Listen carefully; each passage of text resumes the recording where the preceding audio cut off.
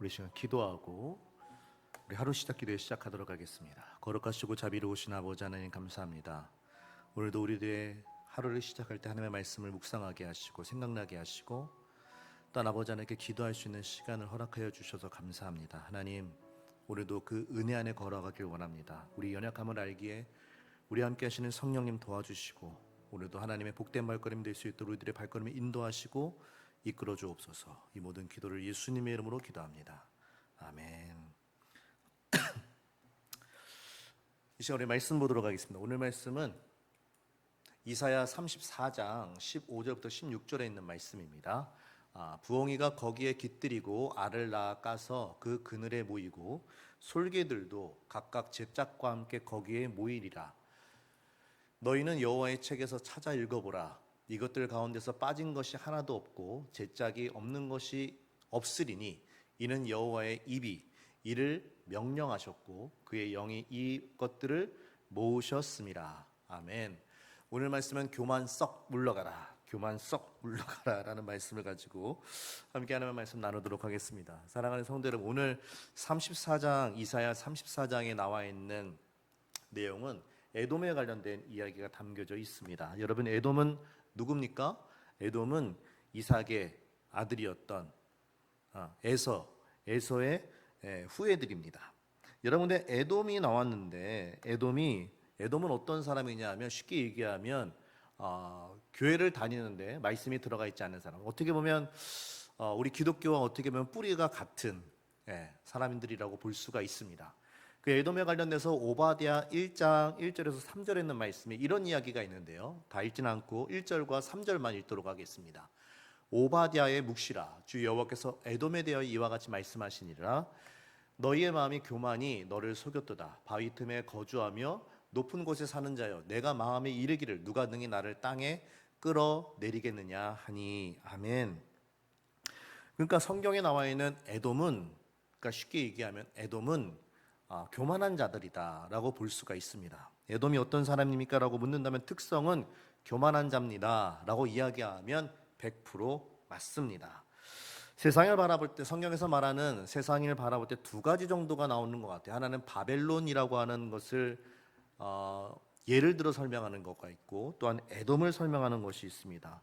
바벨론은 세상을 이야기하는 것이지요, 하나님 외에 세상의 것들을 이야기하는 것입니다. 세상이 우리에게 주는 강력한 힘을 가지고 우리에게 주는 뭐랄까요, 눈에 보이는 화려한 것들, 또 우리들의 마음을 막 찌릿찌릿하게 하는 것들, 우리들의 마음을 설레게 하는 것들이 거의 대부분 세상에서 주는 바빌론과 같습니다. 여러분, 그것으로 말미암아 우리가 움츠려들고 하나님의 말씀에 따라 살지 못하는 경우도 있습니다. 에돔은 뭘 뜻할까요? 에돔은 아까 얘기했던 것처럼 교만이 있는 자입니다. 교만한 자. 또 하나, 에돔은 속이는 자라고 볼 수가 있습니다. 교만이 너를 속였다라고 얘기하기 때문에 교회 안에 있었지만 쉽게 얘기하면 믿음을 저버린 자들이라고 볼 수가 있습니다. 그래서 에돔은 말씀의 자리에 그러니까 말씀 없이 머무는 자리가 같은, 그러니까 뭐랄까요, 교회는 다닌다고는 하지만 그 중심에 말씀이 없는 것. 우리가 지난 주일날 여러분 설교했던 것처럼 하나님의 지성소가 있는데, 성소, 지성소가 있는데 가장 중요한 게 지성소입니다. 지성소에 우리가 누구를 모시느냐에 따라 그 모든 패턴이 달라지게 되어 있다라고 말씀을 드렸습니다.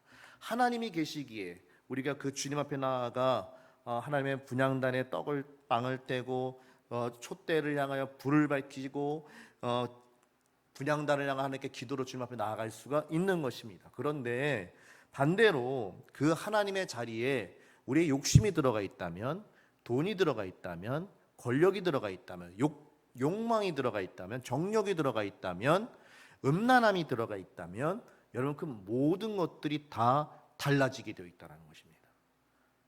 그러므로 여러분, 우리들의 마음의 중심에 무엇이 있는가가 중요합니다. 그런데 에돔은 말씀이 없으나 항상 머무는 자리에 있었다라는 것입니다.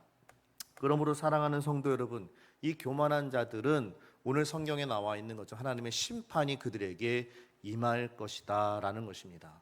심판이 임한다라는 것입니다. 여러분, 이거 되게 무서운 말입니다.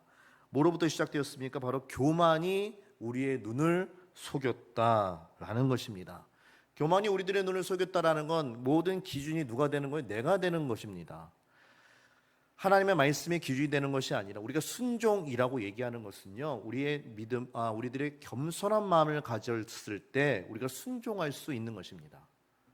순종할 마음이 없으면, 내가 교만하면 절대로 순종할 수가 없습니다. 오히려 내가 기준이 되고 내가 주인이 돼서 상대방을 부려먹거나 시켜먹을 것입니다. 그러나 사랑하는 성도 여러분, 그 교만한 자들에게는 성경이 분명히 망한다라고 우리들에게 이야기를 하고 있습니다.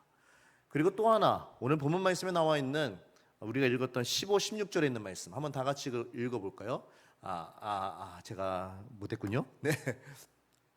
그러니까 우리들의 삶 가운데 에돔 같은 교만한 자들에게는 분명히 두 가지가 있어야 됩니다. 기준을 지을 것인가, 아니면 십자가로 돌아갈 것인가. 기준이 없으면 돌아갈 수가 없습니다. 회개할 수 없습니다. 우리들의 삶 속에 기준이 십자가가 된다면 교만했던 자라도 그 사람은 돌아갈 수 있습니다. 회복될 수 있다라는 것입니다. 그러나 그 기준을 지어버린 교만한 사람들은 돌아갈 곳이 없다라는 것입니다. 여러분, 이걸 좀 기억했으면 좋겠습니다. 그리고 이사야 오늘 읽었던 말씀 34장 15, 16절에 있는 말씀 한번 다 같이 읽겠는데, 부엉이가 거기에 깃들이고 알을 낳아 까서 그 그늘에 모이며 솔개들도 각각 제 짝과 함께 거기에 모이리라. 짝이 있다라고 얘기하고 있어요. 16절, 너희는 여호와의 책에서 찾아 읽어보라. 이것들 가운데 빠진 것이 하나도 없고 제 짝이 없는 것이 없으리니 이는 여호와의 입이 이를 명령하셨고 그의 영이 이것들을 모으셨음이라. 아멘. 그 말씀은 뭡니까? 하나님의 말씀은 영원하다라는 거죠. 뭐 중간중간 누가 해서 뭐 성경은 다 다릅니다. 아니요. 성경은요, 성령의 감동으로 쓰여진 책입니다. 사람은 약 몇천 년 동안에 사람들은 많이 바뀌고 죽었다 살다 하지만, 그러나 그 생명을, 그 성경에 있는 말씀을 이끌어 가시는 분은 오직 한 분, 여호와 하나님이신 줄로 믿습니다. 여러분, 이게 짝이 있다라는 게 바로 무엇이냐면, 우리가 기도하면 그 기도에 짝이 있고, 우리가 신앙생활을 하다 보면 신앙의 짝을 하나님께서 만나게 해 주신다라는 것입니다. 저는 이 말씀을 믿는데요, 우리가 사도행전 10장에 나와 보면 고넬료라고 하는 사람이 나옵니다. 여러분, 고넬료라고 하는 사람은 어떤 사람이냐면 이방인이었습니다. 백부장이었습니다. 그런데 놀랍게도 고넬료는 하나님을 경외하며 백성을 많이 구제하고 하나님께 항상 기도하는 사람이었다라는 것입니다. 놀랍죠? 이방인인데 기도하였고 하나님께 기도하는 사람이었고 하나님을 경외하는 사람이었고 백성을 많이 구제하는 사람이었다라는 것입니다. 언젠가 이 사람에게 고넬료가 기도하는 쯤에 환상 중에 하나님의 사자가 들어와서 고넬료를 부릅니다. 그리고 고넬료에게 불렀는데, 그 고넬료가 어떻게 저를 부르셨습니까? 뭐 때문에 오셨습니까? 라고 얘기했을 때 바로 시몬 베드로를 불러들여라 라고 얘기합니다. 시몬 베드로를 청해서 집에 모셔와 그 말씀을 들어보라라고 이야기를 합니다. 그런데 놀랍게도요, 그때 당시에 베드로가 배고픈 가운데 옥상에 올라갔습니다. 옥상에 올라갔어요. 하나님께 기도하러 하나님께 올라갔습니다. 근데 배고팠어요. 배고파갖고 이렇게 쭉 있는데 황홀한 중에, 그러니까 배고파서 이게 진짜인지 가짜인지 모르고 있는 중에 하늘에서 이렇게 보자기가 슉 내려오는 거예요. 근데 그 보자기 안에 먹을 것들이, 온갖 짐승들이 있는 거예요. 그런데 이 짐승들이 뭐예요? 하나님께서 성경에 먹지 말라고 얘기했던 짐승들이었습니다. 베드로가 얘기합니다. 저 못 먹겠습니다. 못 먹겠습니다. 그런데 하나님이 말씀하십니다. 먹어라. 하나님, 전 못 먹겠습니다. 속되지 않는, 깨끗하지 않냐고 제가 어떻게 먹습니까? 라고 이야기를 하였습니다. 그런데 놀랍게도, 읽어볼까요? 또 두 번째 소리가 이르되 하나님께서 깨끗하게 하신 것을 내가 속되다 하지 말라 하더다. 아멘. 하나님께서 깨끗하게 하신 것, 네가 뭔데 왜 네 기준으로 판단하냐라는 거지요.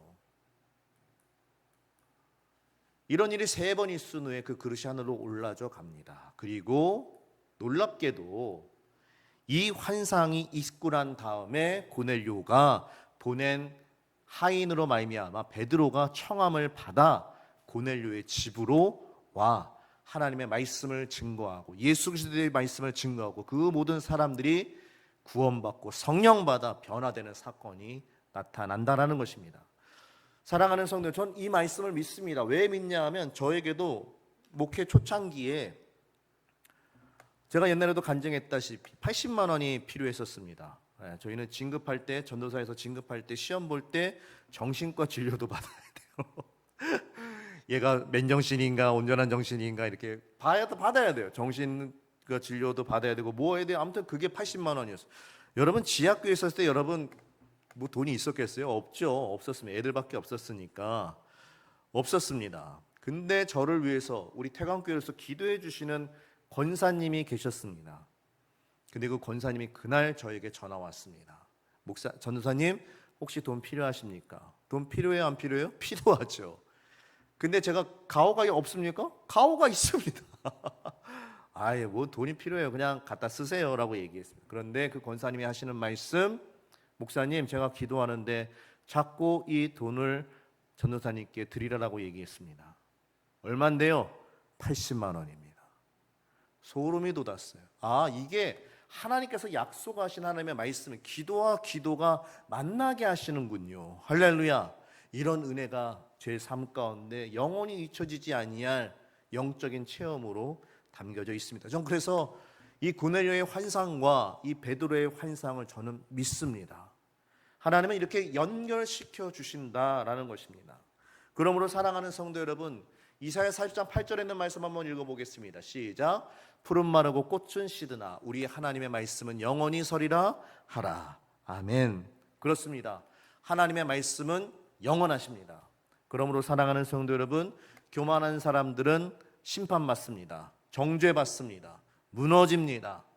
그러나 하나님의 겸손한 자들, 은혜 안에 거하는 자들은 오히려 그 심판이 우리들에게는 감사의 자리가 되고 기쁨의 자리가 되고 주님을 찬양하는 자리로 변화될 줄로 믿습니다. 그러므로 사랑하는 성도 여러분, 기도의 기도가 하나님께서 연결해 주십니다.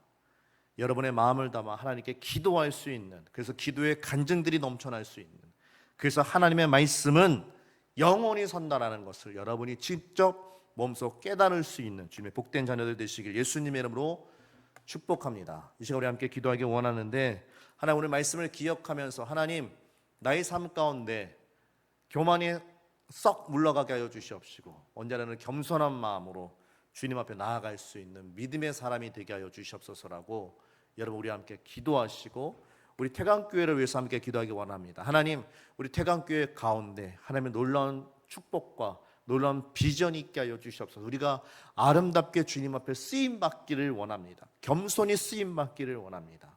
주여 역사하여 주시옵소서라고 마지막 여러분의 오늘 하루의 일과를 위해서 기도하기 원하는데 하나님 오늘 일과 가운데 만나는 모든 사람들 가운데 하나님 믿음의 사람들을 붙여주시고 만나게 해주시어서 하나님 나의 삶 가운데 간증이 되게 하시고 고백이 되게 하시고 정말로 하나님이 원하시고 기뻐하시는 주님의 영광이 배로 내 삶 가운데 넘쳐날 수 있도록 인도해 달라고 이 시간 우리 함께 기도하며 나가도록 하겠습니다.